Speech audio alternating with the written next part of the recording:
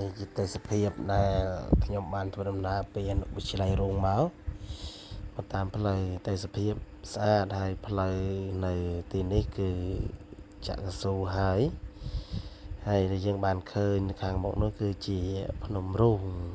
ពីដើមធ្លាប់អាស្រ័យបាយដែរក្នុងវត្តរូងណាហើយមើលបងប្អូនណាមើលទេសភាពនៅខាងស្រុករុក្ខគិរីហ្នឹងណាស្រស់ស្អាតដែលឡែកជាពិសេសតាមផ្លូវហ្នឹងគឺបងប្អូនអាចមកទស្សនាបានណាប្រកបដោយភាពរីករាយស្រស់ប្រងជាមួយនឹងធម្មជាតិដ៏ល្អបែបជនបទហើយដែលឡែកខាងនេះវិញគឺ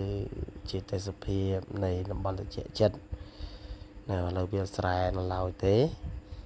ណាវាស្រែប៉ុន្តែដល់ពេលខែភាសាអញ្ចឹងទៅទឹកវាឡើងច្រើនអញ្ចឹងមកក៏បង្កើតទេសភាពមួយកន្លែងទេសចរនៃយុវជនទាំងឡាយមកលេងក្នុងកម្មវិធីដូចជាចូលឆ្នាំឬក៏កាន់បិណ្ឌជាដើមណានេះទេសភាពស្អាតណា